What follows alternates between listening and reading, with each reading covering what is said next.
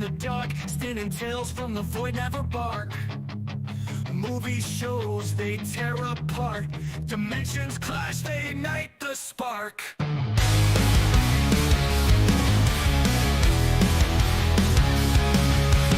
Couch debates, turn the volume up. Set the chaos over for the cup. Alien worlds and twisted scenes. Banter spreads like electric dreams. Outer dimensions ride the wave. Trying days set flames ablaze. Disgusting bits and cosmic plays. Beyond the stars they find their praise. They find their praise.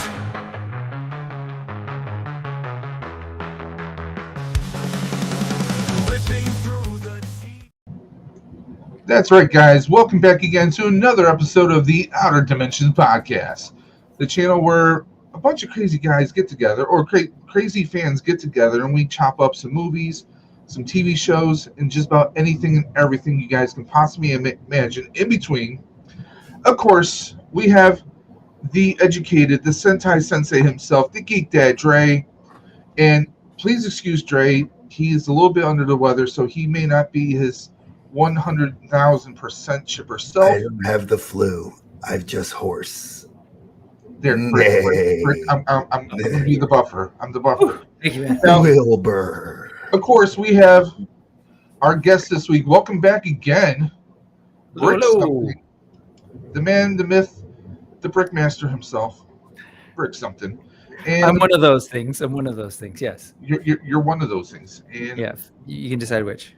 I'm not going to touch that. Man, that was this right there. I saw that. And of course, I am the psychotic, multiversal, dimension hopping Ghostbuster extraordinaire, Dave's Dimension. Guys, this week we are doing something a little bit different. We are discussing what it means to be on a hero's journey. Mm-hmm. Now, Dre, why don't you give us a little bit of background in between your coughs there? All right, so I want to bring this up because I might get some shade for it. So I am apologizing, yet I'm not really apologizing. So part of what inspired this whole video was the idea that somebody on another podcast I was watching decides to start saying that spouting movies about the hero's journey. And my wife overheard it. And she's like, what is this bullshit? Like, now my wife, 4 master's degrees, heading towards a PhD in language arts. So Rolando. So when she hears that, I'm like, well, what is the hero's journey? So she and I had done a project together about Big Hero 6. And the hero's journey is actually a cyclical example used in language arts to explain a hero going on a journey. Now, the journey could be not an actual leaving, but like an actual journey can be used as like, you know, in any sort of journey you think of life on a mental or physical journey. Now, if Dave will bring up the slides, because I do have this awesome visual aid that'll help kind of walk us through the stages of this so you guys can see what we're talking about. Because again, I'm a visual learner. There we go. We got to get Brick an icon. I was gonna say, that was exactly my thought. Actually, we need Brick icon there, but you know, maybe shape it around like in a little brick body. We're gonna get Brick. We're gonna make you one. Yeah. If you come on enough, you're gonna be on here more. I'd be down to draw one. Sure. Draw one and send it to us. Now, obviously, folks, this is the hero's journey. It's the beginning of the list. Starts at the top of the circle, where it's the call to adventure.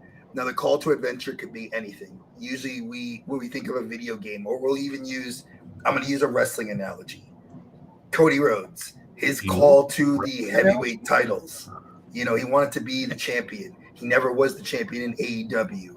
He comes to WWE back home where his dad never was champion.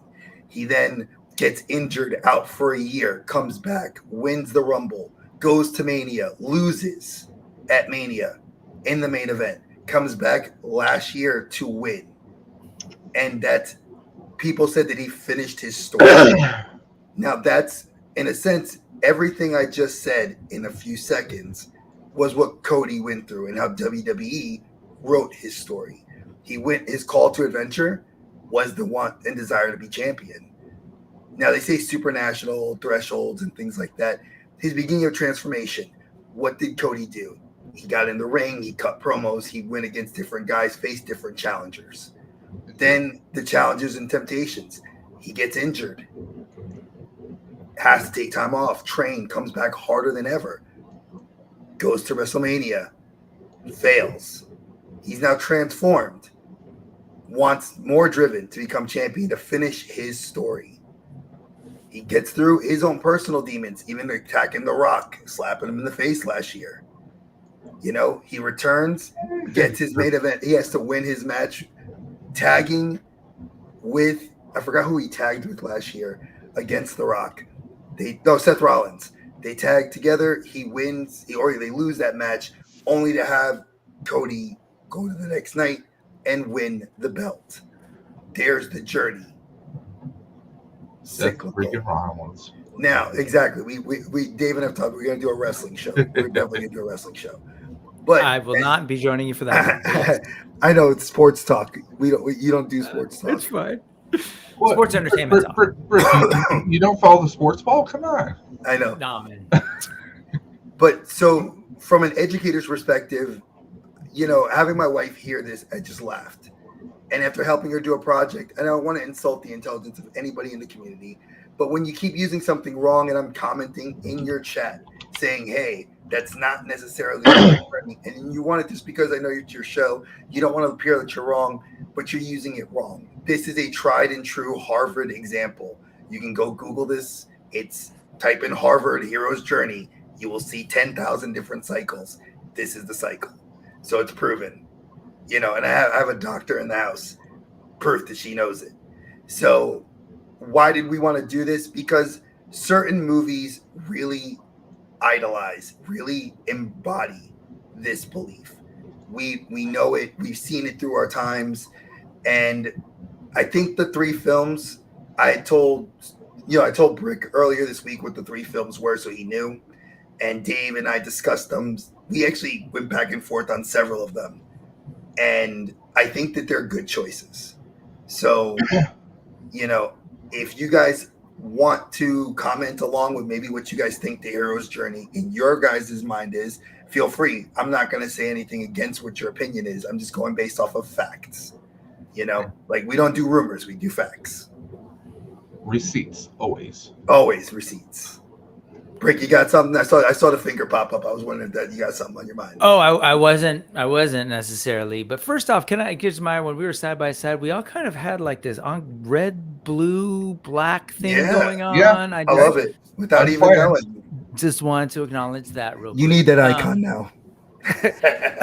Yep.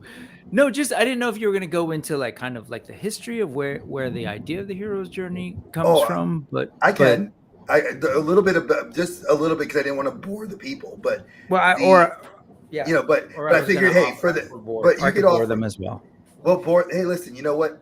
I want to save my voice, bore them. Go right ahead. Yeah, dude, you don't sound good at all, man. You are dealing with some deep internal struggle right now. Let's give a little shout out to the chat here. We got Orlando, the multiversal moderator, popping in our chat, dropping some links. Thank you, Rolando. And by the way, don't forget, Rolando has his own channel. Those who don't know, Rolando has his own channel. So go and subscribe. Because he is Rolando Utoy Toy Hunter. So please go ahead and follow him on his channel. We got the Cobb himself, Cobb Web Collector, popping up in the chat. As coincidentally, we were having a little Spider-Man talk before the stream. Oh, yes, we were. So how you doing, Cobb? I hope you're doing good. He says, I'm with you on wrestling till 2010. Honestly, I kind of took a break around that time myself. So I kind of get that. You know. But wrestling's getting good again. I but know. That's like we said, it's a whole separate thing. Brick. You sound like Road Warrior Hawk. Oh, what a rush. There you go. I can do it. Figuratively speaking, thank you for popping up into the chat here. I hope you like, share, and also subscribe. The Outer Dimensions podcast is here every Friday. We do 3 shows and then take 1 show off, and then we're back again for another blast. So please consider following us. And also, all of our links are in the video descriptions below, whether you're following this on the Outer Dimensions podcast channel or on Dave's Dimension. All of our links are in the description below. Dre the Geek Dad, Brick Something, the Outer Dimensions podcast, and of course, Dave's Dimension. But guys, let's go ahead and take a look at this now. No, wait. Hey, Brick, this I want Brick to explain it because I want Brick to educate. Sorry, no, just the like. So the idea of the hero's journey comes from Joseph Campbell, who what is it, the something of 1,000 faces? Was it Hero or the Man? I'm forgetting. The Man of 1,000 Faces. The Man of 1,000 Faces. So like Joseph Campbell was trying basically to do like comparative literature, looking at like literature / mythology of across the world, right, around the world, and looked at all of it and tried to see if he could kind of boil it down to essentially a formula or a formula might not be the right word, but like, formula, like what is it about? Yeah, what is it about all these myths that we can kind of see as sort of like what do they have in common? Is there some kind of ongoing human thread is what he was looking for. He was trying his best to find sort of like the idea of the monomyth, the one shared mythology. And what he found was this pattern of this thing called the hero's journey that in the mythology that he studied, because I don't necessarily subscribe to the notion of like a universal thing, and I'm sure, but anyways, that said, he found that there was this journey, this pattern that you basically described, that circle diagram that we see in all sorts of societies, ancient stories about origins of humanity, the people they looked up to as being sort of these heroes. And since then, there has been pop culture created that has embraced this either intentionally or unintentionally, right? So like you had people like George Lucas, who created this thing called Star Wars that folks are familiar with, where he was like very much intentionally fascinated by Campbell's work and tried to build his story with that in mind, looking at first Luke, and then I'm sure to some extent in the back of his head, Anakin's story, and applying this idea of having them go on a journey, having them experience the call to adventure and be resistant at first, but then somehow realize that like this is something that they must do based on, what's happening in the world around them. And they go and they, have sorts of epiphanies and struggles along the way, eventually circling around. I'm shortening it because we're going to use examples, presumably to talk about it. Yes. But I've always been fascinated by that idea, the notion that like human beings have been telling stories for like, let's say the I don't know, roughly 12,000 years of modern humanity. Let's say like we've been writing down these stories and telling these stories, and that Joseph Campbell sat there and looked at all of them and was able to kind of boil it down to its common essence. And I don't know, I guess maybe me being the like the way my brain works sometimes wonders like, is it too simplistic to say that every single human being throughout time has sort of gone through this? But I will say that like there's something pretty special about this path, this journey, that seems to resonate really well with people, whether it's some kind of like evidence of some universal truth or just like our brains are really like wired to think about stories in this way. Because at the end of the day, the notion is that every human being kind of like part of, if you subscribe to this idea, is that we all kind of go through life experiencing multiple heroes' journeys of transformation, of growth. And, psychologists, Campbell looked at psychology, psychologists have now looked at Campbell. And so sometimes even in therapy, you'll find your therapist working with you and talking about things that you might go there and go like, oh yeah, this reminds me of when Ray went into the cave or whatever it is. Right. So anyway, that's all. I didn't know if you were going to go to the history or whatever, but I've always found that fascinating. I'm glad that I have you that can also do it. Yeah, man. And I'm going to say that I totally agree with that, because when I was reading a lot of the information, what I kind of gathered from it is the exact same thing you're saying. It's like this universal truth, right? Like we kind of, Hollywood has used this as like, we can call it, like you said, a formula. We know 1 + 1 = 2. We know the Pythagorean theorem. We know how to measure things. These are all formulas that we're taught in school. But this formula seems to be like a mythological basis, but it's based on like some level of the human condition. And I think that a lot of the psychologists, because my mom was a psychiatric nurse for 30 years. And one of the things she always used to tell me in life was that you go through the hills and the valleys, the highs and the lows, we call that. And it's interesting that we look at things in our lives, in that larger scope. Like, oh man, like I may not have gotten that job. I'll use myself. I didn't get the position I wanted at work. Oh, that sucks. But does it mean the drive is not there? Okay, well, now I go back up. And we keep going. Same like a champion. A guy loses a title, doesn't get the title. Doesn't mean his quest's over. No, he just has to start anew. And that's kind of how you have to look at this. Like, I'm not saying that you guys have to prescribe to this. I'm just saying that whenever we use these terms as YouTubers, as adults, you got to have a basis and understanding of what you're saying, because some people that will take you at face value and not understand that you're wrong in some approaches. And when I'm saying that, I'm relating it to this particular stream I was on that I was watching, because I don't know what their education level is, but I do know that if I see myself correcting you, because it's like, hey, I got someone screaming in my ear, like, hey, this is wrong. Like, you're not doing this. They're doing this wrong. Was that her I just heard now? No, that's not me. That's not mine. Mine's upstairs. Okay. But it's just interesting that when she heard it, she's listening. She's like, but that doesn't make sense. Like, why would they say that? Like, there's things that because you don't die. Like, some people are like, oh, they die. That's the hero's journey. No, a hero's journey doesn't always equate in death. It can be a metaphysical death. That's why I was like, it tore at my soul. And Dave heard me rant for like 2 hours on the phone.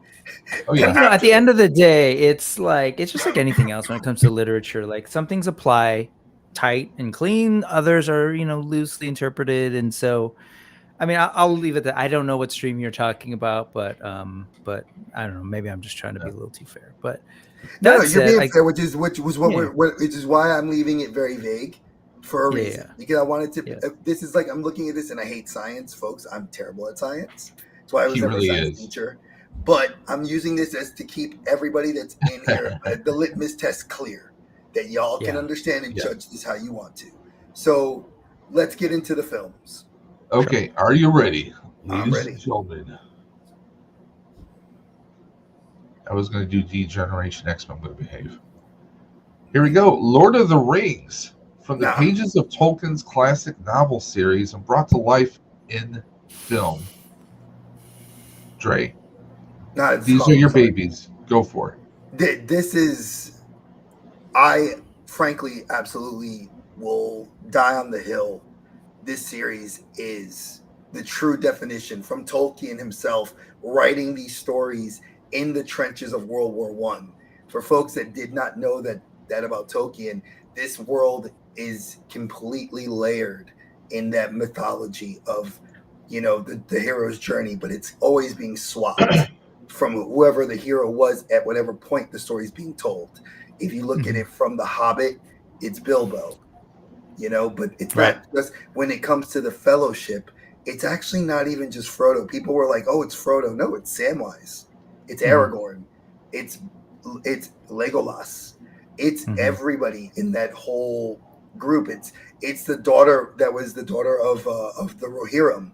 You could go into the whole group of this. But when I think about this, the instant thought is like, Frodo takes on that ring. And amongst all the elves, the humans, and the dwarves arguing, he's like, "I'll do it. I'll throw this I'll take this to go throw this in the fire." I was like, and he's like, "But you're just a hobbit from the Shire, a literal person of no nobility, wanting to do something as noble as this, rallied the kingdoms together." Think about that. Somebody that was a relative unknown, only to his home in the Shire, and the ring taken from his uncle to throw it and cast it away. and it leads into this whole set of stories that lead out and bleed out through each of these films. I still to this day will probably say that Two Towers is one of my absolute favorite films. It's in the top 5 films of all time for me because it literally shows you, and obviously Return of the King, the title itself shows you, Aragorn finally making his acceptance as the king, reclaiming his throne, unifying the ghosts of the fallen kingdom, Gimli accepting the loss of the dwarves in Moria, mourning their loss, but then unifying. It's like you have so many different factors. The elves actually unifying and going away off to Numenor. Because yes, folks, if you actually read the other books, they're actually very, very good.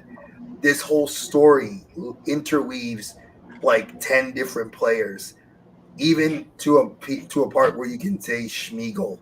Yes, Smeagol, Gollum, is a character that went on his own hero's journey and found redemption. Now, his redemption, obviously, spoiler alert, 20 some odd years later, he's dead.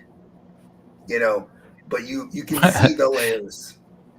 I like that you said 20 years later. The book, I think, was like 1940. Well, yeah, 1940s. Yeah. Well, I mean, no, actually, wait, sorry. But no, I know. Wait, movies, you said it. Movies. It's 1937 was when he read when he read the original book. And I only remember that from watching what was it, Captain America and the Winter Soldier. That's when he said, "Yeah, I read that book." I get that reference. He's like, "What? I read." He's like, "So you read the Lord of the Rings?" He's like, "Yeah, I read it in 1937." That's the only reason I know that. But is it 37? Damn. Yeah. Bucky. Okay. So I mean, I don't know what you guys think about this. I personally, this is for me. I feel like it really following that cycle. It really does. I mean, you see growth of the characters. You see Frodo almost want to give up.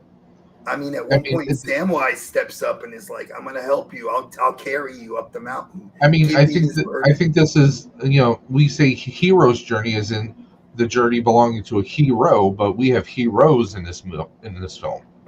We have people, like you said, who rise up.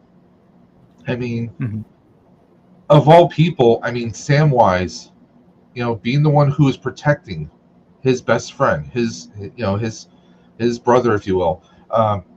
And he's the voice of reason, no matter what. He's like, he's trying to protect, Frodo from Smeagol. He's trying to make sure that he does everything he's supposed to do. He doesn't have a magical ring. He doesn't have anything, special. Was it Mithril, the special armor he was? Yeah, he had the Mithril chain. I didn't get that. Sam didn't have any of that. Well, he had heart. So I mean, and the file of Galadriel. But yes, exactly. But I mean, like you said, every one of these characters, they rise up from their stations. They go against, what everyone thought that they were capable of. Well, except for Gandalf kind of like saw the potential in Frodo and everyone else.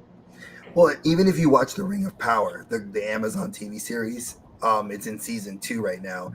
Galadriel is the hero on the journey. Like, it's basically her forces losing to Sauron, and it's like her journey back to understanding how the rings. You see the rings of power be created. You actually witness the fall of Numenor. You're actually seeing Numenor at its height. You see the splintering of the elf kingdoms. I mean, the dwarven, you even see that they're trying to, so many layers. And again, I don't consider myself nearly the diehard Lord of the Rings fan. I am a big fan of this stuff because I play D&D and I absolutely love this. Are you saying they're onions? They have layers? Yes, but it's also like potatoes. What's potatoes, precious? What's potatoes, eh? You gotta boil them, mash them, stick them in a stew. But yeah, I want to hear what you guys are thinking. Besides, because Dave, you said it best. Brick, as an educator, what do you like? If a kid were to if you were to recommend this to a kid to say, "Hey, in your ELA class, you got to talk the hero's journey," would you drop this book in their hands? Oh, 100%. I think this. I remember reading The Hobbit in the 9th grade and getting a little bit of that. The teacher didn't necessarily break it down quite was sort of like the 12 stages or anything like that of the hero's journey, but the concept of like the classic hero going through a transformation and the sort of different steps along the way, the obstacles, the tests, the internal struggles, all of that came up. But I absolutely would for Lord of the Rings. I will say that, like, yeah, I think that the fun part of the Lord of the Rings, which you kind of nailed, is that Tolkien wrote this world. He was very much interested in building a whole world, and as such was real, like, aware not to just sort of like focus on one character. We're real centered for sure on Frodo, but then ultimately, especially in that first book, right, it's about the Fellowship, and then from there, once you're introduced, you get to follow a few of them way more than others. Like, in the books, you don't really know much about Legolas at all, but the movies, I think, taking cues from sort of Tolkien's work on this idea of the journey, or at least transformation, the hero's transformation, tried to work that in more. So he being Peter Jackson, and the writers, I'm forgetting everybody's names now, gave a lot more for Legolas to do and a lot more for Gimli to do.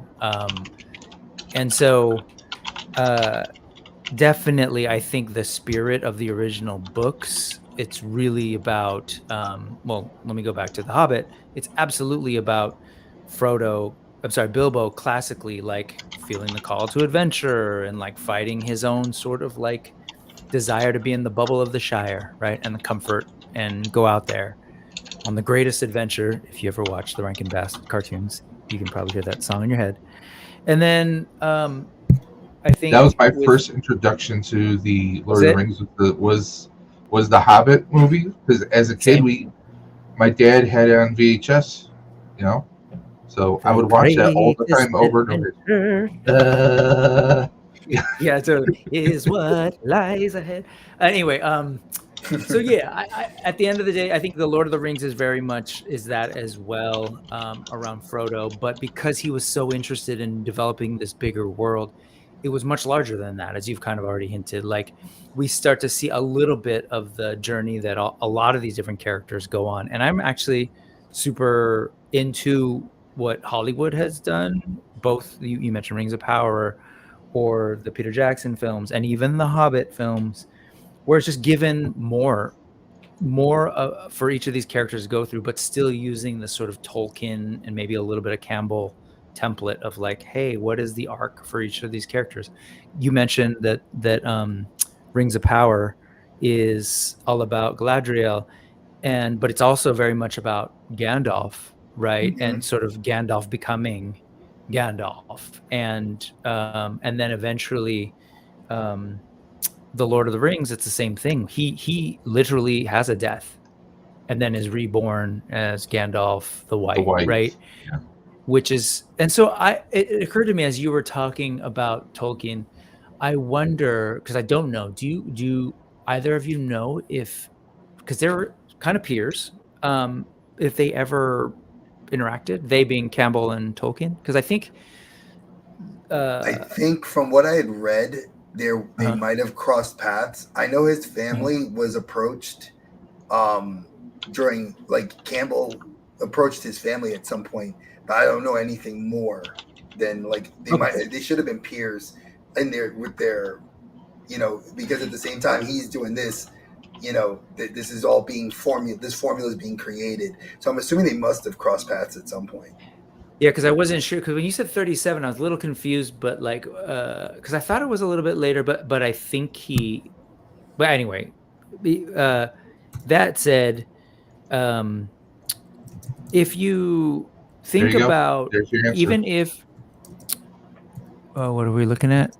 Oh, they exchanged. Look at that. Okay. For some reason. That's dope. Let's go. I'll just say that, like, even if Campbell was in the middle of his scholarship, his study of this work, Tolkien, while writing Lord of the Rings and then later The Hobbit, like, because he was doing this experiment of building worlds and was very much studying like Slavic mythology and Norse mythology and all of these things, he was looking at the same source material right? And using that as sort of his basis to build this world. And of course was encountering the myths and going back to even like something like Beowulf, right? Where you still see this same journey.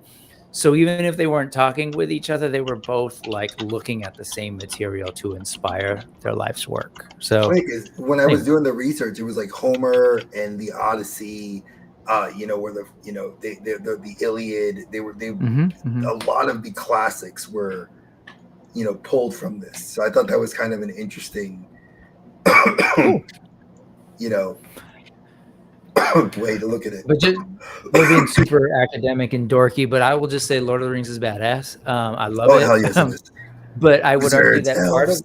maybe part of the reason it feels so badass to people and feels so universal and a lot of different people love it is because that it tells a story very much in this cycle of a hero's journey, and maybe there's something about that feels both familiar because we've seen a bunch of stories like that, or we can relate to it on a human level of like, for all the reasons that you said, right? Like, oh, I'm trying to figure out my way and I'm struggling and I came back and on and on. So Yeah, I mean that's the Wheel of Time series by like C.S. Lewis. I mean all those series. It's like there's so much that one could really draw from. I mean, there's so much. We could talk about this. Like I literally could talk about this for hours. Sure. About just this one topic because that's how much I love the Lord of the Rings. And we know Drake can talk for hours. We know. Well, I haven't talked all day. My wife laughed. My wife laughed at me. I texted her earlier and I was like, I haven't talked all day. She's like, what? You not talk? Yeah. Well, so maybe she wants you to talk so we can be like this the rest of the week. I know, because she wants me to get back to work on Monday. So what's the next one, Dave? Ladies and gentlemen. Oh, first off, I want to catch up on the chat here. We got figuratively speaking. Tolkien not only built a world but created a new language. He did. We posed the question out to him. Do you agree with the Lord of the Rings? Because everyone's going to have their own opinions. We get collected with Star Wars. Wait. Do you agree? To clarify, do you agree that Lord of the Rings is the hero's journey, or do you agree with the concept of Lord of the Rings? No, I agree that the Lord of the Rings is the multiple heroes' journeys. Yeah.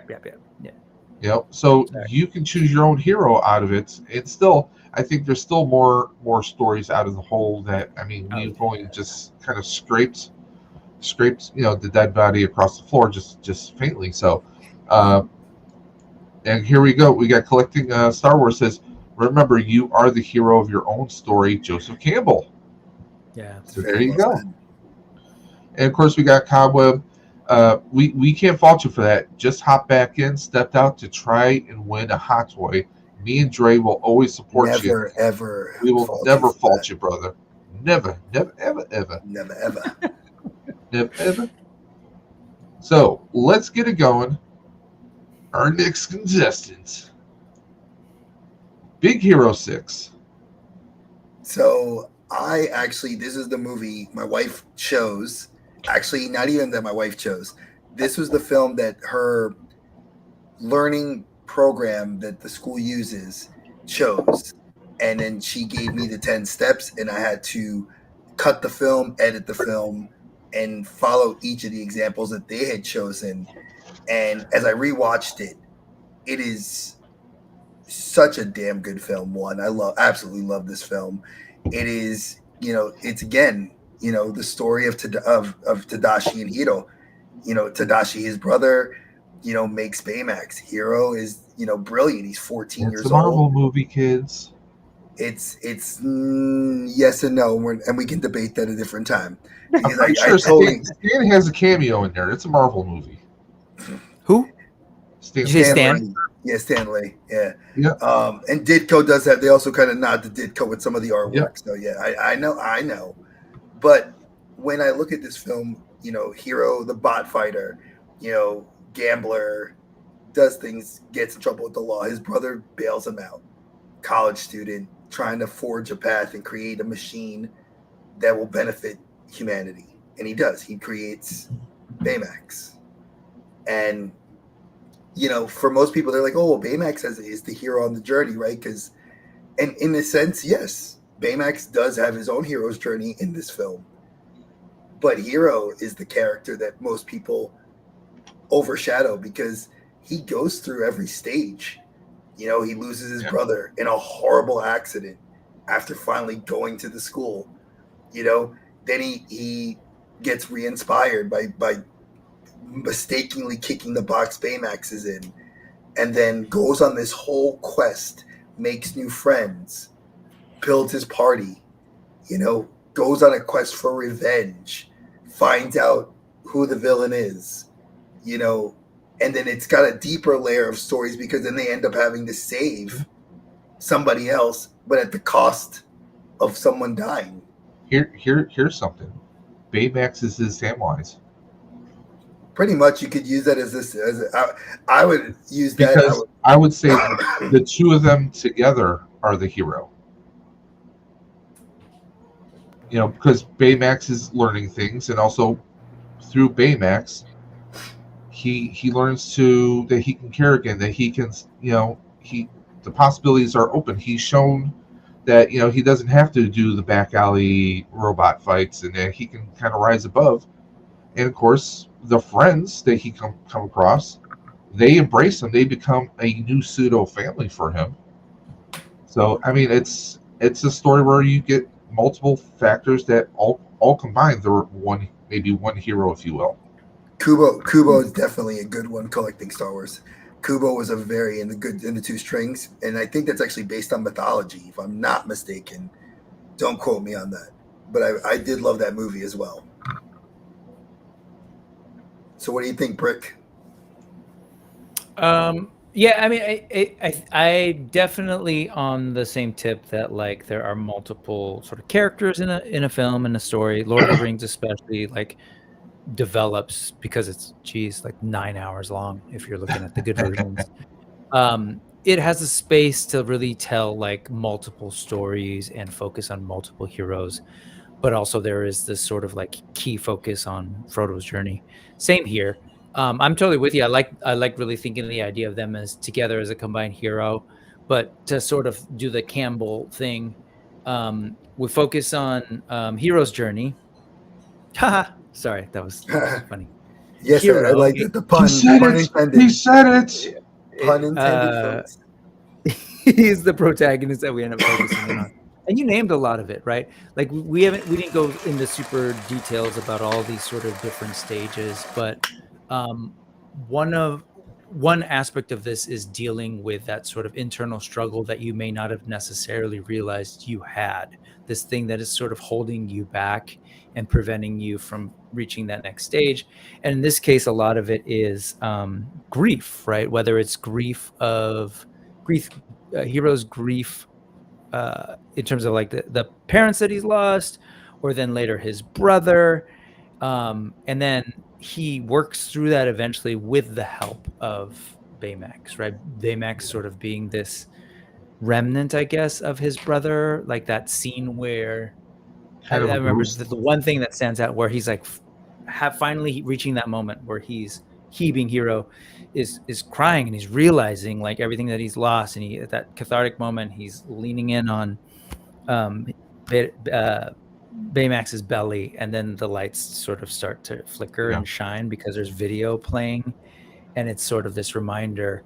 But the reminder is sort of his brother, and kind of like having him confront the grief and the loss while also recognizing that he's not gone. And so there's this internal struggle that he deals with that then allows him to go back to the external struggle with whoever this mysterious villain is, and figure that out. So it's like chills when you said that, because I that scene really does when you described it's so good. It's like he's like, Tadashi's gone, Tadashi's not coming back, and then Baymax says Tadashi's here, and it's like he's pointing at his heart, but really, for those of you that remember the scene, he pokes at the chip, that's got his name, and it says Tadashi. Brilliant. I love that. Like the way you just said that, it gave me chills because it's so powerful. It's so hitting that, like you said, that point of I've lost what I perceive as everything in my brother. Mm-hmm. How do I get over this grief? And it's like, but then that becomes, in a classic hero's journey, that actually becomes his sort of power, this thing that helps compel him to the next stage. And yeah, and then eventually it's the classic stuff of just sort of like, okay, I've got to deal with this big thing. Oh, I've got friends and allies that I've not met along the way. And shout out to the folks who like developed this thing, because the storytelling is solid. And I remember when this thing came out and I was super kind of doubtful, just because like on paper it didn't seem to make a whole lot of sense, because it was, as you were pointing out, it started off as kind of this comic book thing as Marvel, with characters that were very different from what we ended up getting in this, right? It was like Sunfire and like characters that we were familiar with in the Marvel universe, some new, and then they kind of turned it into this whole other thing. And I remember seeing Baymax and I was like, wait, what did they do? Like, is this Marvel's, property, or is this a new thing? And then when I went to see it, I was just like, oh, okay, well done. And I will say, I live in San Francisco, in South San Francisco, and like in my dream world, I wouldn't be living in this country right now, and I'd be in Tokyo. So there's something about the San Francisco thing that resonates with me. Yeah. So, and I want to add on to this. I think part of the hero's journey is also having a great villain, because I thought Jamie Cromwell was awesome in this. Yeah, he did awesome. I mean, he's played. Let's be honest, he's played an ass he's played a despicable jerk in a lot of different movies over the years. You know what? Can you educate me? Like, I don't even know who he is. He's the teacher. He's the teacher at the school. No. I mean, what else has he been in? Like in Jamie Cromwell. I mean, he's been featured repeatedly in the Star Trek films over the years. Did you ever see the movie Space Cowboys with Clint Eastwood and James Garner? No. Donald Sutherland. That's he plays a bit of an ass in that one too. But help me with the Star Trek. I'm familiar. Who was he in Star Trek? He's been in both the TV show and the movies. He had a more prominent character in the Star Trek First Contact. He played Cochrane. Oh, Cromwell. Yeah. James Cromwell. Jamie Cromwell. He was also in. He's been in so many things over the years. I mean, he was the musician in iRobot. He was in iRobot as well with Will Smith. He was the inventor of the robots. Yeah. And he was he not also the musician in that British Christmas holiday rom-com, Love Actually? Have you seen that? Confusing him with someone else. I know who you're thinking. Oh, I am. Okay. But I remember Cochrane, the guy who Ephraim Cochrane, the guy who built the ship that made First Contact. Yeah. That I know. Got it. Thank you. Yep. But like he was great in this, and I mean, let's face it, Lord of the Rings, also going back, you had some great darkness in there. You had some great villains, some great obstacles, and I think that also adds to the depth and just how much a hero can rise as they go through their journeys. Isn't it? Wouldn't it? You can't. We've said it before. You can't have. It's the yin and yang. That's the oldest principle of the Tao. You got to have good with the evil, and you have a little bit of both, a little bit in each. I mean, you can't. And a lot of people now, it's like I remember people said childhood is loving Batman, but adulthood is understanding why the Joker did what he did. Yes. And that's kind of how. You gotta get their villains, because some people say it's one is an effect of the other. I mean, like, we can literally, and if you guys want us to do I went there with Archer. I went there with Space Cowboys. Yes, I did. If that's something you want us to do on this channel, let us know.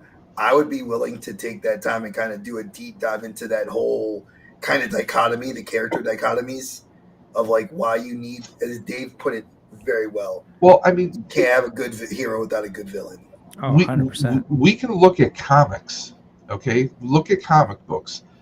Peter Parker, me and Dre are both big Spider-Man fans, and I think Dre's going to know exactly where I'm going with this. Peter Parker starts out as a neighborhood Spider-Man, trying to take down thugs to help everyone. And then he's coming across bigger villains. Green Goblin, Jackal, Venom, the list goes on. And every time he goes against these villains, they beat the crap out of his ass. He gets knocked down, but he keeps getting back up. As much as his body is hurting, as much as this, he knows that if he doesn't step up, who else is going to step up? It pushes him more and more. The bigger challenges, with great power comes great responsibility. Or to borrow a line from the recent Spider-Man animation on Disney Plus, Norman Osborn says, "With great power comes great respect." But that's a villain line if you ever heard one. Let's be honest. That is a permutation. But that's the thing. Heroes, you have to keep pushing yourself. You have to rise up. If you just had nothing but thugs, you would never unlock the potentials that you have inside. Dave, can I use an example from one of your favorite TV shows? Go ahead, bring it. Run, Barry, run. Yes, exactly. Yeah, Bart Thawne. We thought he was the good guy the whole time. And what is he? Freaking Zoom is sitting right in the Flash's house the whole time, motivating the Flash for seasons. Yes. Years where he's motivating this guy to be the hero he knew he needed him to be.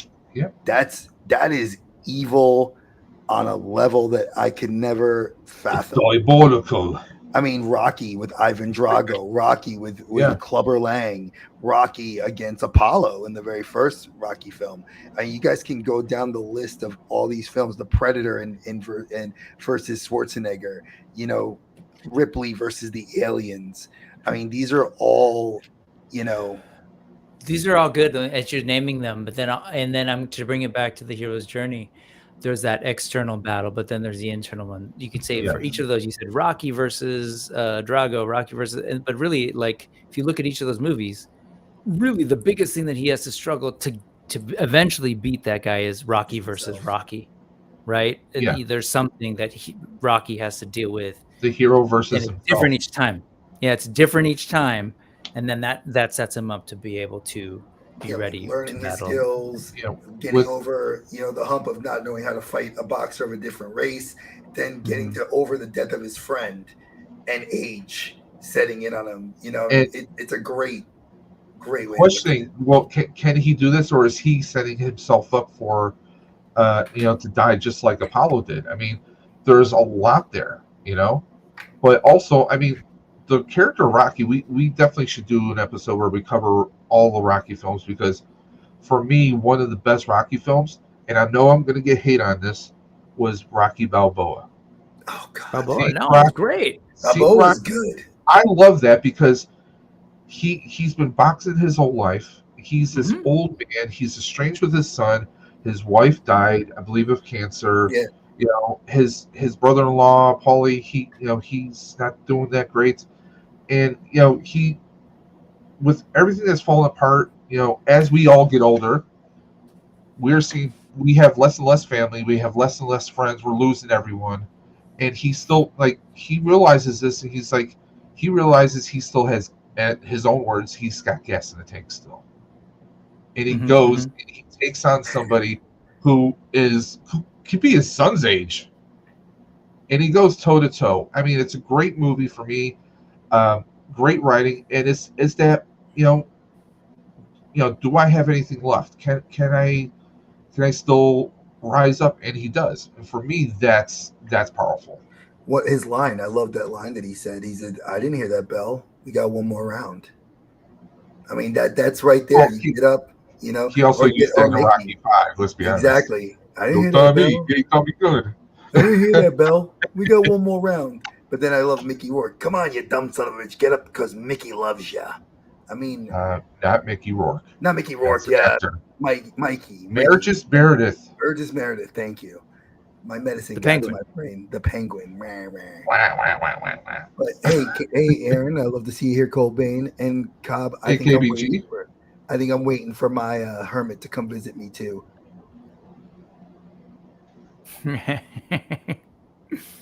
Is that code for something? No. Well, no. Listen, don't you want to get like that guy to come to your doorstep and be like, "Would you like to hear the tale of the old scroll in the cave?" Yes, sir. Tell me, he's going to get me money. Yes, it will. And I mean, if he wants to hand me a lightsaber that once belonged to my father, I mean, hey, I'll work with that too. I don't want that. If my dad touched that, he can keep it. Send that shit away. My mom, yeah, we got different heroes' journeys, folks. See? Hey. Cerveza. Sorry. Anyways. Exactly, Sid. Oh, look at that. I love it. So go ahead, Dave. I was going to say, do we have any final thoughts on Big Hero 6? It's not really related to the hero's journey necessarily, but again, I want to highlight that this was a fun moment in Disney animation where, like, there was this period where I don't know when they started shifting over to try to do CG while Pixar was still doing its thing. There was a little bit of an awkward growth period, but then by this period, they really like hit their stride, man. Between this and then Frozen and Tangled. And anyway, that's all. And one dorky thing about Big Hero 6 is that, like, I love the whole theory that, like, all of these Disney movies are kind of together. Connected. Like the what's the mascot guy, the rich guy, is supposedly like he has actually a painting of the prince from like the Frozen in his like everyone's linked. I've seen those videos, and that's awesome. I love that kind of for stuff. me, when he interlinks the universe. Big Hero 6 to me stands out above so much Disney. I know that might be a hot take. This is a movie I can sit and I can watch over and over again. When my wife and I first started dating, I sat her down and we watched this. She loves Baymax. I mean, this is something that appeals to so many different audiences. And hot take, I want to say that I don't think Disney has had anything that has touched this in the same way. Because this, like, it was, I don't know, in a way, it felt like it was relatable. It feels like, I don't know, it hits personal nerves differently for each person, I think. And I don't know, I just think that this stands out in a category above, completely set apart from a lot of other Disney stuff. And it was. I'll just say that I think Disney's super. Oh, sorry. No, go right ahead. Oh, I was just gonna say I think that Disney's really brilliant in, well, one, it's not one person, it's like a huge machine, but they hit the quadrants, right? And I think this one in particular probably resonates for folks who are really into comic books and superheroes, but then through a Disney lens, right? So I think maybe that might be a little bit of that going on, but I will tell you, like, a lot of people love, Frozen, love a lot of the things that they're doing. What is the other one? Wait, was that Disney or was that Pixar? That might have been Pixar. The one where the elf, the two brothers who are kind of. I know what you're talking about. Yeah. It's the last film I saw before we went into lockdown. We saw like a preview of it, and then it never came out in theaters. Yeah, it's a really good movie. I can't think of the name of it. That might be Pixar. I might be mixing it up. But was it Seth? Was it Seth Rogen? Chris Pratt. It's Chris Pratt. It was Chris Pratt, and in both parts, I thought one of them was Onward. It's Onward. It's Onward. Yes. Onward. But anyway, I just throw out there because I think they are able to, like, take a genre or a thing and put the Disney thing magic on it, while also, like, telling these real universal stories that more Tom often Holland than and not Chris Pratt, more often than not follow a hero's journey, but they're done in different, whether it's genre or style. And this is really their attempt to do kind of a modern superhero / manga anime style thing, and I think it resonated with a lot of people that maybe weren't used to watching Disney films and having it hit in that way. So let's go ahead. We're going to move on to our next film. Let's go. Now, this I think anybody could not have figured the way we interwove this. Okay. It was a setup, obviously. A layup, if you will. Exactly. Like, so for me, when Dave and I sat and discussed this, there's a little bit of backstory that's going to go into this. Dave and I sat and discussed, and I said, dude, I think Endgame was like a really good one. And he was like, but dude, Infinity War was just as good. And we're going back and forth. I'm like, well, shit, wouldn't we just say both movies? And he's like, well, yeah, it would make more sense if we stuck them both together. And I thought about it. Then I rewatched both films back to back. Like I didn't. And I mean, well, you did Lord of the Rings, and that's 3 films. So And I there's a rewatched all precedent. those too. So I rewatched both these films, but instead of doing what I usually want to do, I watched them back to back, and I had Rory watch it with me, so I could see it through her lens because I love watching it through my kids' eyes to see her reactions than mine. And it's the characters that she picks to identify with. Like she got sad when Peter Parker was snapped away in Infinity War, but she got excited to see Thor and Groot fighting in Wakanda. You know, we were happy to see Cap reunite with Bucky after Civil War, and he gets the new arm, he got new shields. Cap wearing the black star on his shirt. For anybody that knows and plays Marvel Rivals with me, that's my skin for Cap, because I think that Cap identified so much of what his own hero's journey was from the start, from Avengers, from his being the first Avenger through through the Avengers films, his own solo films, to now this point where you're like, oh shit, you know, like he lost, you know, and then like Tony and him lost on 2 different levels. Thanos beat them both. And then you see all these, then you see the trickle effect of them trying to, and my brother and I just argued this today, ironically enough. He's like, oh, well, Thanos was like the man. He just walked up in there, and Thor, I was like, no, Thor lost. Thor lost once when he didn't chop his head off. Correct. And then he chops his head off and he lost again. He's like, how do you think that? I'm like, dude, did they win? They couldn't snap people back. They went halfway across the fucking galaxy, and what did you do? You killed a guy that literally at that point had given up. He out-thought everybody. He literally was like, oh, thank you, daughter, and then dies.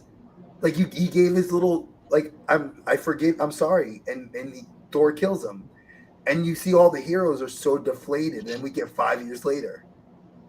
And then you hear all the positive things that are happening, but it's not till Ant-Man steps in that Ant-Man's like, holy shit, what happened? The world's gone to dirt. Like, why? You know, and then he sees his daughter, and you see that fire in him to want to get everything back. Yep. And that for me is like, you know, as a guy who has 2 kids, 2 daughters, I have 3 with my son, but with girls, it's a different thing because it's like you just see him grab her, and he's like, you're so big. Like he missed out on so much time. And you see all these different, and then this is where it ties to what we said with Lord of the Rings. These 2 films. Sorry, does he say you're so big? Yeah, when he hugs her, and she's like, "Oh, that's Daddy?" really sorry." Just because she's stature, that just clicked in my brain. Yeah, that's so cute. He grabs her face and he goes, "Peanut, you're so big." Oh, that's great. And it's like for me, because I call Rory Peanut, it's like it identified with that so much. And it's like then you see him like, let's try to do this again. Let's run this back. And it's again, this is the quest. Let's go get the crew together. It's been 5 years. Let's try to get everybody, bring them back. And what happens? You know, Hawkeye, the guy that was truly, I think, the Avenger, and Black Widow, like the 2 of them that have no powers, really themselves go on a drastic journey from Age of Ultron to these films and the Hawkeye TV series. I mean, like I said, I'm not even picking the big 3 of Iron Man, Thor, and Cap. So, Dave, what do you think? No, I definitely agree with that. And you and I have talked to extreme lengths about these 2. And about the fact you and I were talking about this. I think you might have actually pointed this out. Stark, the battle has been with Stark and the threat of Thanos. Yep. Since the first Avengers movie, seeing that this small, you know, that was kind of a small army if you really think about it compared to what we see in Endgame. You know, from what was attacking New York. He at that point after Avengers, Tony Stark as Iron Man, he was completely changed forever because he knew like what was it? And was it Iron Man 2? I think he was having No, three. That's P- when he had the panic that, attacks. the panic attacks. But still, that was a result after Avengers. after Avengers. He was having Oh, that New York. PTSD. He was Mhm. and that caused his motivation to create the Iron Legion, which then begat Ultron, and that was his motivation, was to put armor around the Earth to protect the Earth so that the Avengers didn't have to be the Avengers anymore. That's what he says That in was Endgame. yeah, Remember, and when he's in the TV, he says, yeah, I said this. We should put a suit of armor around the world, but nobody wanted to do that. yeah, Kind of hinting at the Sokovia Accords of what would happen yeah, if you did that. There is a exactly. lot of depth that you and I, Mhm. when Dave and I spent like 3-4 hours talking about this on the phone one day, like Yeah. it was that layered. So, Brick, what do you think? I'm gonna try and just wrap my head around the Tony Stark journey, because that I think it's really fascinating, right? And it's really doesn't, it kind of like culminates in this one, right? I'm trying to think of where this might fall on, if I'm looking at Tony Stark as a character in the MCU. These two films are probably like through middle and 3/4 of the way through, and ultimately to Yeah. the end, right? So it's like maybe I don't know, 0.6%, of the journey, as Campbell wrote it.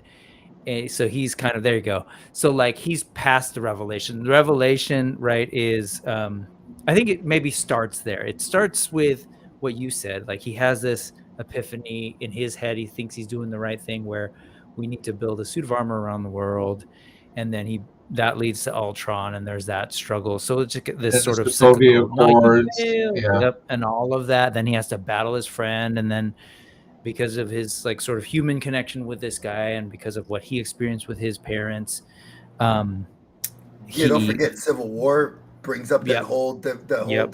division of Yep. breaking down, like you said, Yep. transformation. I mean, keep Yep. going. I love where you're going. Yeah, so it's like he goes through these series of, if I'm looking at this thing, challenges and temptations, and then he hits this like death and rebirth, and like literally he dies in this first film and is reborn. And when he comes back, that's when, like, it's not perfect. He still has to go through that series of, I'm looking at the bottom left, transformation and atonement. He has that moment where he's raging, he's pissed off, coming out of he's all frail in his suitcase, talking to, what is it, Captain Marvel, I think, or like they're on holograms, right? And that's when he has that conversation where you're saying, it's like, hey, I told you we should have done this. That actually, like, he's not right. Like he's coming through some realizations by going back, doing his sort of like greatest hits, but then he's hitting in what's that phrase, like, if you keep repeating the same thing but expecting Definition a of solution. insanity. Yeah, Insanity? like he's still there, so he hasn't broken that cycle. He hasn't moved on to this next thing where he's like, we need a suit of armor. Like, dude, you're rehashing old stuff. Yeah. What you need to figure out is this next thing, and it takes who is it? It's Ant-Man. Yeah. Is it Ant-Man that Yeah. gives him the aha moment to realize, oh, okay, I need to Time heist. revisit. Yeah. So then we see Tony Stark in the cave again with the hammer, but this time he's figuring out time travel, and he unlocks time travel because he's gotten out of that. He's gotten past his old struggle. He's realized, no, we need something new. He's atoned. That's the atonement part, right? You can even use that part of that transformation could be that speech, the conversation he has with Morgan. Because remember, before he has like, I love you, when she said I love you 3000. Oh, yep. That's right there. That's giving him that like motivation. Exactly. Yeah. And then he goes to the people and he's like, reverse the Mobius strip, and then I unlock time travel. He's like, oh shit. Mm-hmm. Yeah, but also his motivation was Peter. When he sees the picture of Peter, when he's doing the dishes, and that was before the 3000, actually, technically speaking. Yeah, it's technically. Where he's doing the dishes, he splashes some water, he's looking at some photos, and he sees a photo of Peter in the back. And that's really interesting. That's great. I mean, that's like, because Peter, let's face it, Peter was kind of like, his pseudo son, and it's like, he feels like okay, he's trying, there's that scene where he's like, listen, I have to protect what I have here. Mm-hmm. He's trying to protect, his daughter. He's trying to protect Pepper. He doesn't want to risk anything. But then he sees Peter, and that feeling is like, I failed the he's kid. like, I owe the kid. And then he's running the simulations, and bam, he's like, there, it's possible. And then his daughter with the 3000 moment. I mean, come on, that's going to give people the feels. That moment just hits people so many different ways for years to come. And then he's like, yeah. But then he goes to Cap. He says, Cap, okay, yeah, we can do this, but I have to let you know what my priorities are. He's Keep setting everything I have. Yes. his priorities, but not to backpedal. Tony Stark, as much as a strong journey he has, what about Cap? That's exactly what I was going to say. Because think about when he sits there and he looks when they're on the Cap ship. loses. Cap loses big time. And then, of all things, 5 years later, what is he doing? We see him doing what his good friend Sam Wilson was doing. He was doing therapy, trying to help people as much as he can.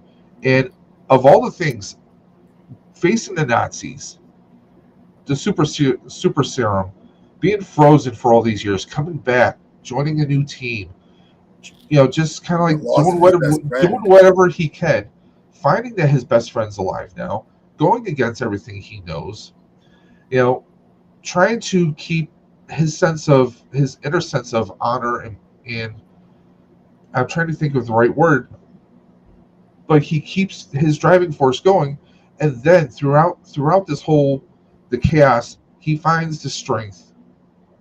The best friggin' cinematic Marvel moment that everybody and their grandmother stood up and cheered for when he actually picks up Thor's friggin' hammer. I mean, he just his forget like him knocking out Red Skull, forget everything else. Like he himself, without realizing, stepped up. He elevated himself to a new level that I don't even think he was expecting, but somehow he does.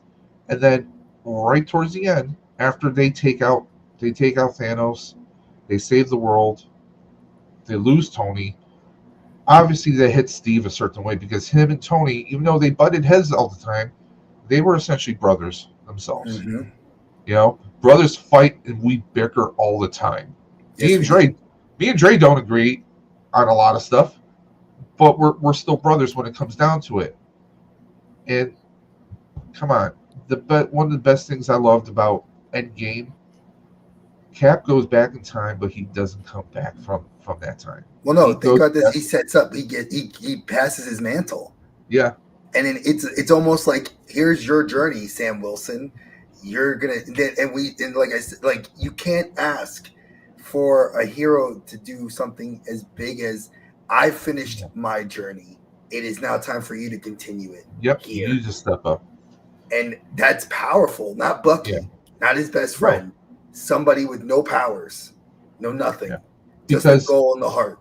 Because when everything was lost, who was the person that Steve was kind of trying to, idolize in a way? He was trying to do what he knew Sam would do, try and heal people. And I mean, to me, Infinity War and Endgame just hits on so many levels, so many people. It they kind of went up, they kind of jumped up. I mean, come on, Ant-Man being the guy who says, "Hey, time travel's possible." This is different in this realm. Of course, you got to love the whole Back to the Future argument that they have in the kitchen, but Ant-Man of all people being the one like, "Hey, we can do this."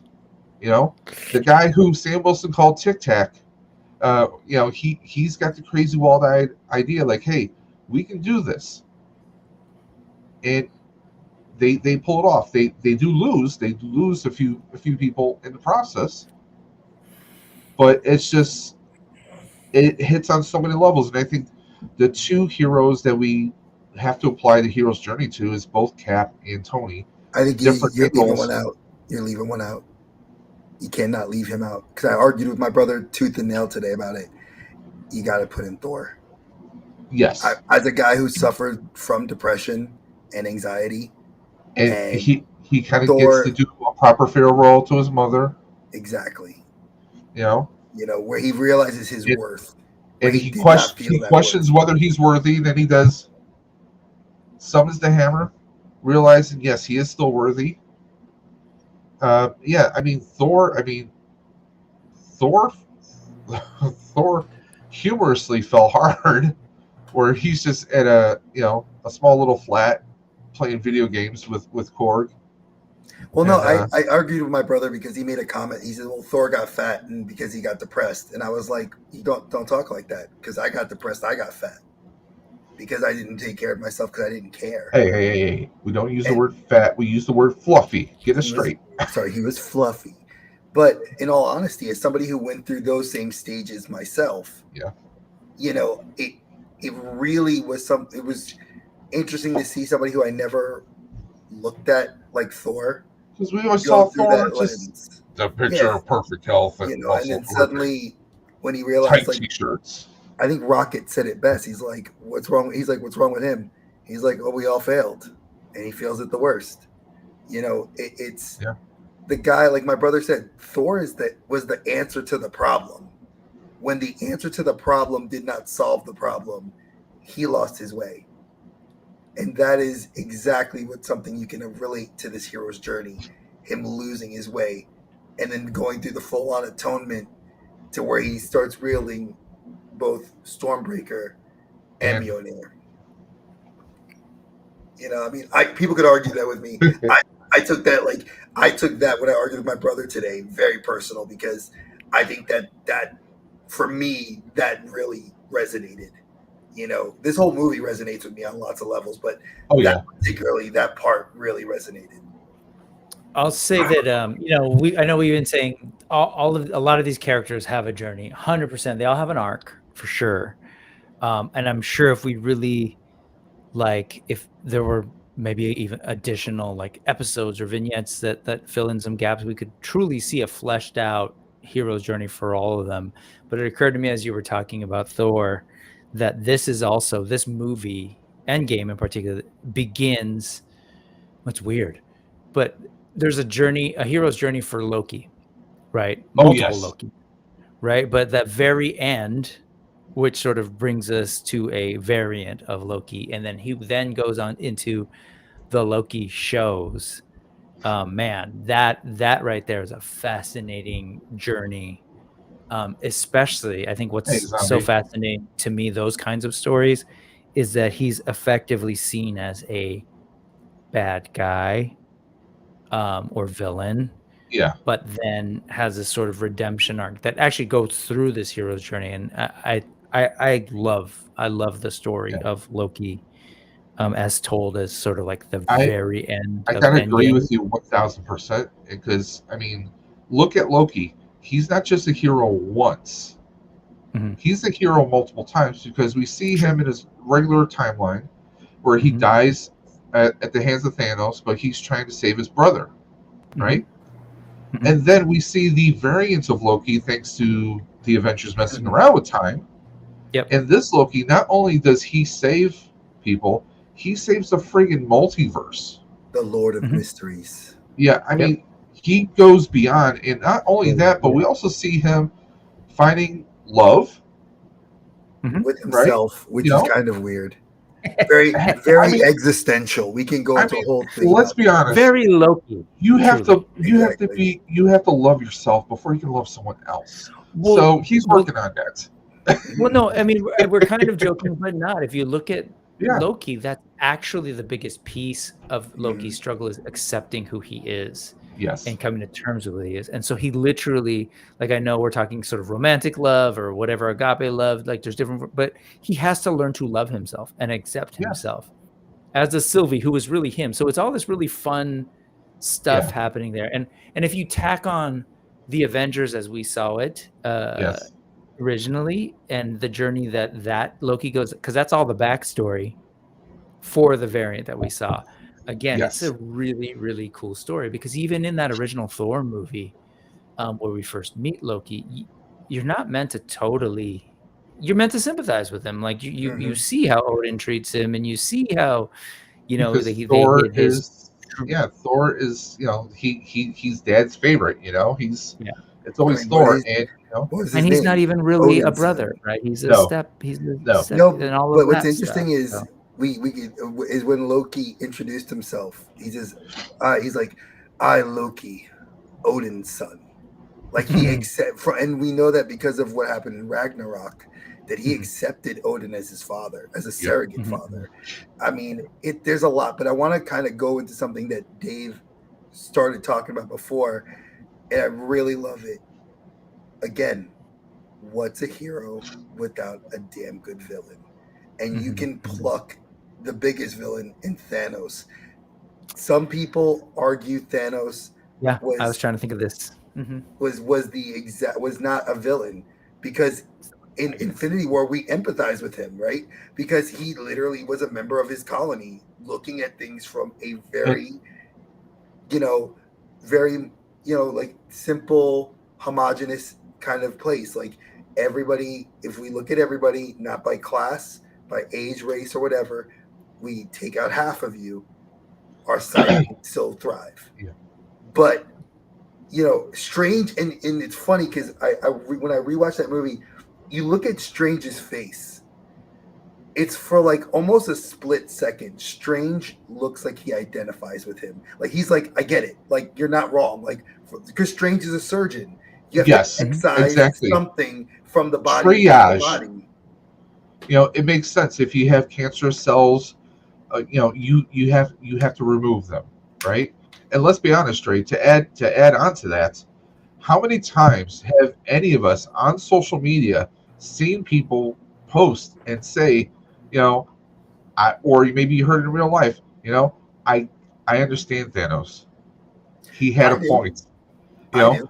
that is something that a lot of people talk about all the time, and there's some truth to that. I mean, Thanos wasn't necessarily a bad guy. It was just the way, the approach that he went. He had a goal to prevent people from being starved or from wars and everything. Because let's be honest, when half the world was gone, there wasn't wars. People were just trying to figure out what happened and trying to find a way to survive and move forward. That ended wars on Earth, which is, if you really think about it, that it's a bit crazy, bit insane. But ultimately, and also he was one step ahead. Like he methodically thought everything through, because when we go and find him on his planet on Titan restored, we already find out that he already took out the gauntlet and the stones to make sure that nobody could undo what he did. Those are steps ahead. The job is done. That was what he says. The job is Yeah. done. The stones, all they represented was temptation. And I mean, any other Marvel villains would have been like, okay, I want to if it was Loki, he would have had tons of gold, people worshiping him. Nope, Thanos was just like a little farm, making his little whatever kind of fruit vegetable soup thing he was making. He was just making food in an old beat up pot, in like a little hut you would see in like Hawaii or Tahiti or something. Like he was just very basic, just he was just chilling, because he knew that his work was done. But again, think about like exactly like how we were discussing Thanos. Look at Ultron. Was Ultron wrong? He's a product of what? Created to protect humanity, but then realized in order to protect humanity, destroy humanity. Or to protect the world, he needed to remove humanity because humanity was hurting the world. He's like God's winding up. And he's just waiting for that word. That it's like there's so many lines, and this is where people argue with me, and they've argued with us on our every week. Where James Spader, no, Spader was James great. Spader was perfect. Brolin was perfect. Their voice acting carried those roles because actors of the '80s coming back about 30 years later and killing it. I'm just saying, saying. But again, it's like Hawkeye. I think is another character that. I think all of us, if we lost our wife, we lost our kids, in a blink of an eye. We could not stop The it. last Ronin arc. I mean, that I would. Well, I was waiting for you to finish that sentence. What, like we would go out and kill Yakuza? What were you Well, I think I asked my wife. So I mean, maybe eventually, you know, no, but you got to get really good with the sword first. which I am. So I'm talking like I actually spoke with my wife because she saw this film Well, several I'm times. glad you spoke with your wife. I'm happy. I try to talk to her every now and then, and I asked her. I said, "How would you react if me and the kids were just snapped away?" She's like, "I'd be devastated if that happened." And I had no way of knowing where you were, and I can't, you know, it's that. I mean, And there's that's a some peace and mom. quiet for a moment, That's a but you know. but that's a mom. I thought about it from the dad perspective. If I'm there 1 second with Rory and I'm teaching her to do something, and then the next second I just see fucking ashes, You would be just like Hawkeye was. You would I be would like exactly. I Clint would is just like he's just shocked, losing it, doesn't know what the hell to do at first. And I mean, here's the thing with this is the one thing that this is a side thought away from the goal of the show. Marvel, why didn't you give us a Ronin movie? That would have been killer. Probably a little bit too better dark. received Too than dark. Widow. I mean, you gave us a Widow movie. You know, give us It the would have last been too dark. I think it would have been way too dark for them to go down that road because I think, and we got the Are you Hawkeye saying? TV series to do that. Are you saying it's too dark? That must be a DC movie. You're so dark. Exactly. But when you like his arc really was something that started I in would pay to Age of see it though. I'm Ultron. just saying. I would too. But Age of Ultron was like the start of his character turn for me, like where he was like, I have no powers. I have a bow and an arrow. And I can go out here and do my job. When he gave that speech to Scarlet Witch, he's like, when you go out that door, you become an Avenger. And it's like, And it's that moment, that switch for him as a guy, like we've said it. I'm just a guy with a bow and arrow. It's like people, he Frodo, survives. and he survives. Frodo, I'm a guy with the ring. I'm gonna go do it. People that just pick up that job not because they want to, it's that desire to do the right thing. Yeah. And I mean, Go ahead. just like I was just saying, Hawkeye. I mean, come on. The superpowered teens. Quicksilver gets. Pietro. He gets. He sacrifices himself to save them. Clint thought that. He probably thought to himself, "There's no way I'm going to survive this, but I'm owning it." He's facing down friggin' aliens in New York in Avengers. Him and Widow. They don't have any powers. You got the gamma souped up Hulk. You got Tony Stark with his suit. You got Cap with the super soldier serum. Everyone with all these abilities, but it's the regular people who. I mean, there were some of the when Widow died. So many people were just like, it hit them in the gut. People with regular powers. Gamora. Yeah. Well, I mean, Gamora. I mean, she's got Well, it's not her powers. I think it was or like her training and and Gamora. That was kill. I mean, because it was a father giving up. Using his daughter for any means necessary, whereas Clint was all about his family. About it's just there's massive parallels. And is it lost on anyone? Thanos is purple. Hawkeye wears purple. I'm just saying. Dave pulling the randomness out of his ass there, folks. But I think one thing I love when he hugged the widow in the rain, and he was like, "Don't give me hope," and she's like, "I'm sorry I couldn't bring it to you sooner." Like it shows that their relationship was strained, which again, human condition. That whenever things go bad, relationships fall apart, but they get strained. And these were two people thick as thieves. They've fought with each other. They've been there for each other. It's a huge, huge thing. And I think that when you look at this film or these two films, you have to look at it as it's the culmination, yes, of 10 years of Marvel, but it was the 10 years of telling that first story to get us to the next set of stories. Like Shang-Chi, And I mean, and I can go on a whole rant about loving that film and why it's not getting the praise it should. But when you look at all these other films that we've seen, No Way Home, a finality to Spider-Man that people wanted to see, to have him be the Spider-Man in the current comic books. You know, I mean, a lot of people argue. But when you take this theory that we're looking at and apply it to these things, you can see so much. And I think that's, and I'm not trying to tell you to go to the movies to see movies the way Dave or I do, or even probably Brick, because definitely Brick fits in so well here. He sees it through the same lenses we see it. And I think that's where people... Are you trying to say because we all wear glasses? I hear what you're saying. I know. Yeah, pun intended, folks. No, it's like my brother and his friends were asking me like what I thought about Brave New World. And I gave them my thoughts. And I was like, I don't see a movie the same way you do. Like I said, I saw tons of great nods to Black America and African American history in the film. You know, I said, I'll see films that I necessarily don't want to go see just to see cinematography, story, what the actress brings to the table. These films exemplify the hero's journey and a culmination. Brick said it too. If you take parts of Tony's adventures, slap them on into that wheel, you see it all here. It culminates. He even makes the comment in Endgame, his hologram, part of the hero's journey is the end. Mm-hmm. I mean, folks, I told Dave that was my first reason I chose this film. I said Tony Stark said it right in the film. You know, part of the hero's journey is the end. I love you, 3000 kid. I mean, hopefully we don't die he dies. Obviously he had to.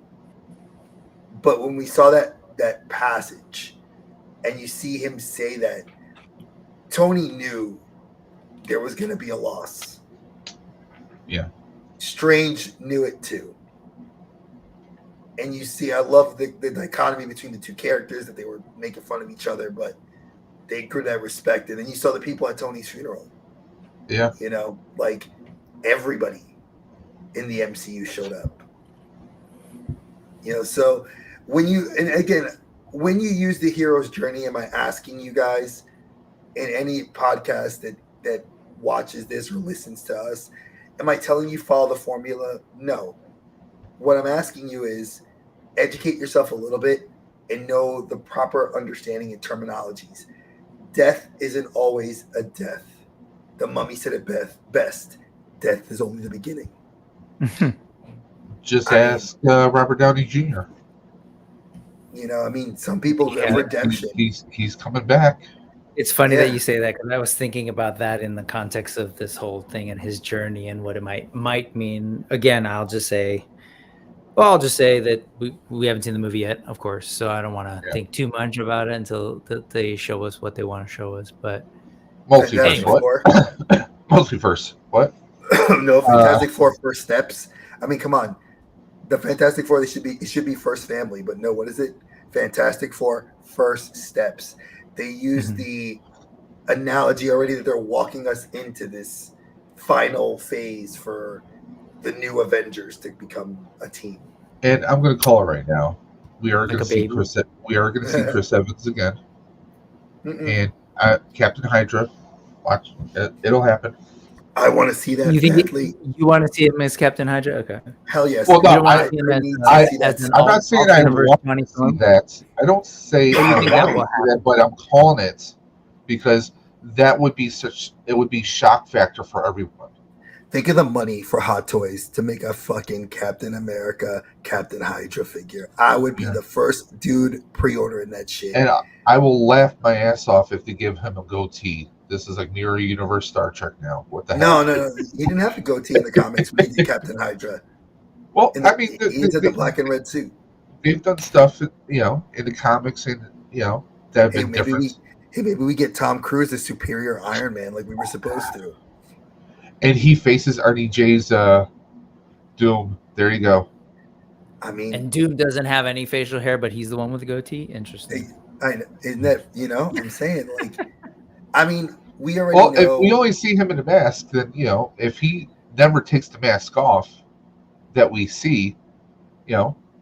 So Well, I'm Brick, just saying because you're talking about Hydra being Hydra Cap Yeah. being the mirror universe with a goatee, and famously, the character of Tony Stark was like a mustachio dude, but Yeah. Robert Downey Jr. brought in the goatee. I'm saying, oh, that'd be kind of funny Yep. if as Victor Von Doom, he's totally, like we see Victor Von Doom, no facial hair, and then you've got this cap with the full on.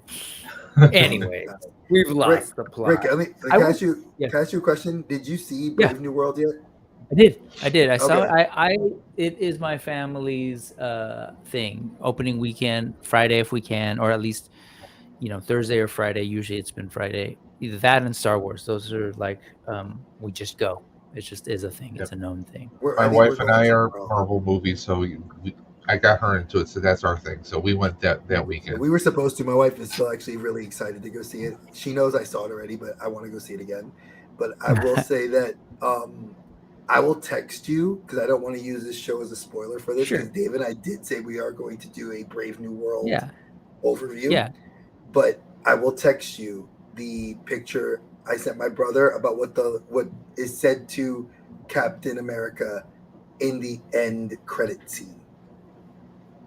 A theory in the end credit scene, the final credit scene. Yeah. So that scene, there's something inside it that I didn't know what the question was. So my brother found something and sent it to me, and I was like, "Oh shit, it makes sense." So I will send it to you because I had to ask if you saw it first.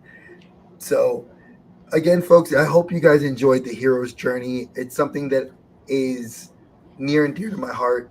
As an educator, as a father, as just a movie fanatic, I had to, go over this. As you can see, I'm worthy. I got my hammer in the background. Hey, I got 2 hammers. What are you talking about, son? Yeah, but I got Mjolnir. Broken Mjolnir at that too. Jane Foster. There you go. Down there. Well, I will be in my classroom. It's our talking piece. I will be printing a 1-to-1 scale hammer, so that will be happening. So I do want to just, before we get into what people are doing, I did want to first say I apologize for no videos this week. I did promise that to you. I did not expect to be hoarse.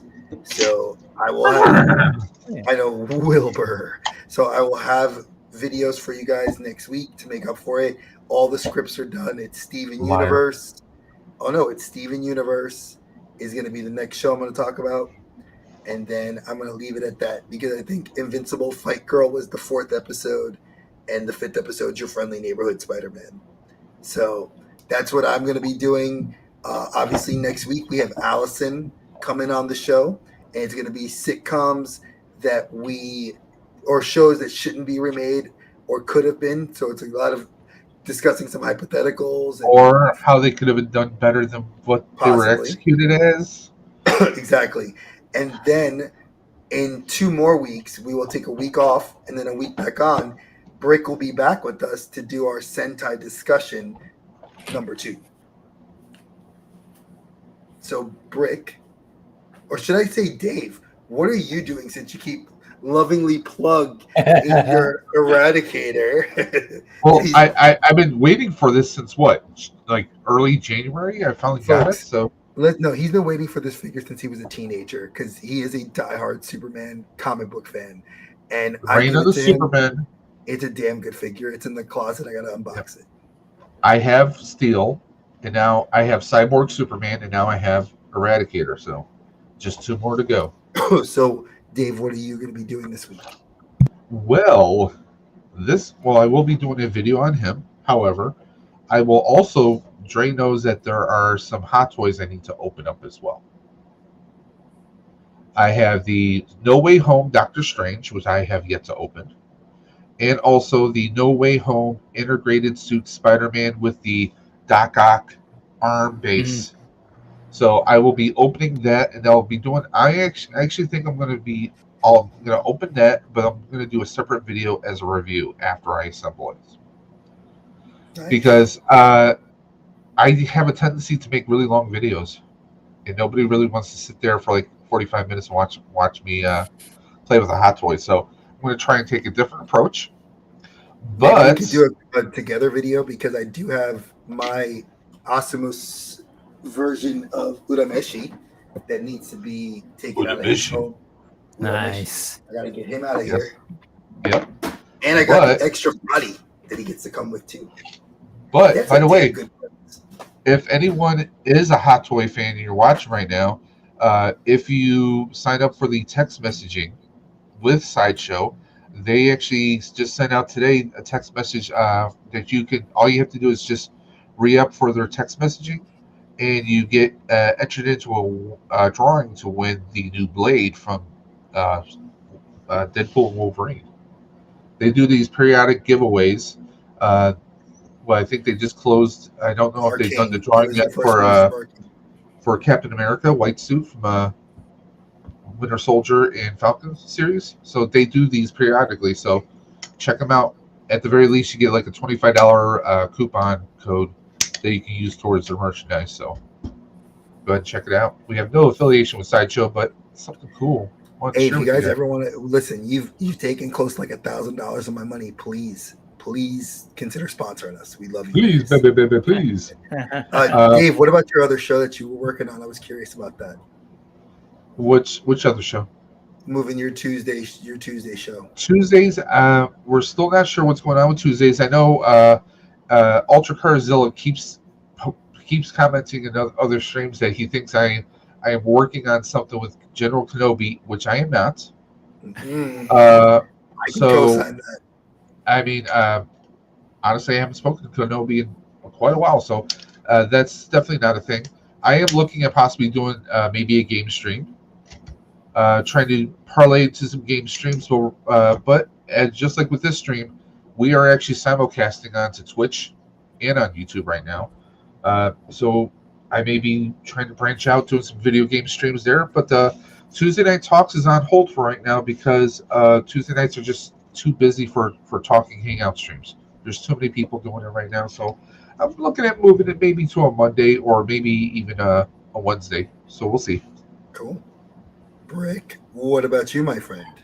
Bless you. Every Sunday, 3:45 Pacific, 6:45. Woo! 6:45 Eastern. I do the Brick Something News, and it's not really news. Sometimes it's news, but it stands for the needless, ephemeral, we saw. So it's just me and somebody getting together, talking about nerdy things that we've seen on the internet. And so actually this weekend is going to be cool. I'm doing Full Circle with the Brutal Rum guys. They did their Kickstarter last year. They, had them on the channel while that was going live, and they successfully did that. And now I'm checking in with them to sort of see where they're at in the process, talk a little bit about, kind of behind the scenes work, what they've got going on, hopefully reveal some things that haven't been seen yet, and just get excited about that line again. And then next Sunday, speaking of Kickstarters, this will be shortly after, the day after that the Space Zombies from Mars line launches their Kickstarter. I'll be with them. So I'm kind of doing this, hang out with the folks that make toys next couple of weeks. So yeah, check that out every Sunday. And then I am actually working with Cobweb, who was in here on a long gestating project about the Masterverse line, Masters Universe, Masterverse. We just kind of feel like it doesn't get enough love, and we're doing a show called Into the Masterverse because both he and I are into the Masterverse. And that first episode, man, I've been editing that beast for hours every night, and I'm hoping that it actually Masterverse figures. Masterverse figures. We're gonna go. So the first episode really is just introducing the concept and who we are, what our collection is, and our history, sort of with Motu and Masterverse. Then the second episode will really break down Masterverse by the numbers, because I think if you step back and look at it kind of the way we did with The Hero's Journey and looking at these old films, you get a lot of insight. You get some realizations that, like, hey man, they've covered a lot of territory, and it doesn't seem like they're necessarily stopping anytime soon. They've actually anyways, so we do that, and then we're going to go figure by figure and talk about each one, each release, not necessarily in the order of release, but and that'll bounce back and forth. That's a pre-recorded show that'll bounce back and forth between our channels. So look out for that. I don't know when exactly things are releasing, so there you go. That's dope. And folks, thank you you for need to having me, do that. man. Listen, you got to tune in Yeah. on Sundays. It is so much fun. I've been on the show. It is Yeah, just appreciate that, man. it's Brick is, and trust me, folks, if you can't catch it, do go like check it out on the replay. And, Just do what and, I did. and I couldn't guys, catch it. follow Brick on Instagram. I believe you have two Instagrams, Oh, don't yeah. you? You have Brick, and then you have Brick on YouTube. I do. I've got brick dot something, and then I've actually got this other thing called toy spotting that I was doing for the brick on YouTube is a little bit weird. I created it just because I wanted to hold. Anyways, there's nothing really happening there. Brick dot something and toy spotting. The toy spotting thing was just I'm always out taking pictures of stuff, and I wanted a place to do it. I was on a trip in Japan in the summer, seeing all these cool toys, and I was like, where can I just put this stuff and have a little moment to just geek out about Yeah, this thing that I chat. saw. So that's it. Nice. And like I said, we will have you back in, I think it was March. I think it was the 7th or the 14th or the 7th or the 14th. I think it was the 14th or the 21st. I can't remember the dates, but I'll double check and we'll get you back on there. And again, folks, if you are interested in any of the topics that we are talking about, feel free. We love hearing what you guys say because these are what Dave and I like to do. Why do we take an extra day off? It's to make sure we get this done right for you. You take your time to watch us, and by all means, thank you. It's appreciated. Because y'all don't have to. And sometimes we have family stuff going on, so periodically, we've got our own hero's journeys to live, people. So sometimes that happens off camera. Exactly. Sometimes it's sometimes it's Motu, sometimes it's NECA, sometimes it's Marvel, sometimes it's unlicensed nuclear accelerators. It's a whole bunch of their different stuff. Love it.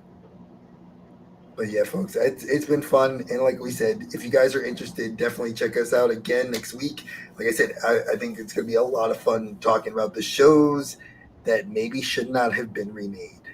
I think that's the best title we could say. Oh, and we're going to cover a lot. Yeah, yes. With Allison. Y'all need to know Allison. She's Allison hilarious. Is hilarious. Allison is awesome. She's going to be here next week. Those that don't know, Allison, the Retro Toy Princess, I believe, is her channel. So go ahead and check it out. She does some very chill streams and some very awesome streams. She's always hanging around Saturday nights in the clubhouse, as always, with all the other awesome collectors in the area. Also, Dre, I forgot to mention, I am actually going to be appearing on a podcast Monday. It's a small channel called the Ghost Head Nerd Podcast. So I'm going to be popping up on their stream this Monday, and I'll be sharing links on my socials if anyone wants to go check it out. They're a bunch of Ghostbuster fans, but they talk. Last week they're talking Marvel movies, and a whole plethora of different things. So stay tuned to the socials and check that out. Nice. But Dre, what do you have going on? You said you're going to get some videos out this week? I have some videos out. Like I said, I apologize being hoarse. I do have a review on this I'm going to be doing, which is the Asomos Collectibles Yusuke Urameshi. I'll be doing a review on him. I've seen a couple. I didn't like the ones I saw, so I want to kind of actually just get my hands on it and see. It does come with the extra body because I have the luxury version. So not by choice, it's just the only Hot Toys that available. I will be talking about some other shows because I did hear people kind of mention to me that they would like me to continue my representation in cartoons. So I may drag the series out 5 more episodes. I have a couple of ideas for shows. If you guys want to drop some shows that you feel are good representations of, people of color or just people in general of different walks of life, hit me up. You guys know my IG, Dre the Geek Dad. Message me. You guys message Dave. Hell, if you don't know me but know me through Brick, message me through Brick. Have Brick get in touch with me, and we will connect because I definitely love the ideas. Exactly, right here. I'm gonna poke you. Yeah. Exactly. He'll be like, Dre, check this out. But yeah, that's what I got planned. I will be rolling out that, and I have an idea for something else I want to kind of roll out. It might be something like once a month. I haven't decided yet how I want to do it. Kind of like a wrestling and figure thing, because I've been collecting. I dipped back my toe into wrestling figures, and I'm kind of mad about it, but I'm not too mad about it. But yeah, I kind of. He's mad, but he's not bad. If not, I wanted to do more something focused on anime. I've been really into anime and manga, and I feel like there's not a lot of YouTubers that love it. So I know his little Ozbot.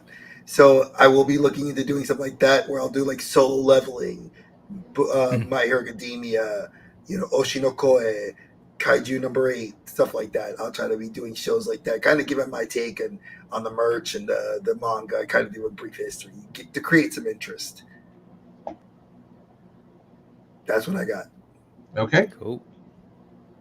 And as always, guys, if you ever want to make suggestions, or if you have a YouTube channel and you possibly may want to collab with us, go ahead and email us at the Outer Dimensions Podcast at gmail.com. You can also find us on Twitter, aka the X, as the Outer Dim Podcast on Twitter. And of course, you can always message us on Instagram at the Outer Dimensions Podcast on IG, of course. Follow Dre the Geek Dad, follow Brick something, and go ahead and check out his news show every Sunday. And until next time, watch your heads as you exit the portal. We'll see you on the flip side. Later, guys. Dre and Dave hit it hard in the dark, standing tales from the void never bark. Movie shows, they tear apart. Dimensions clash, they ignite the spark.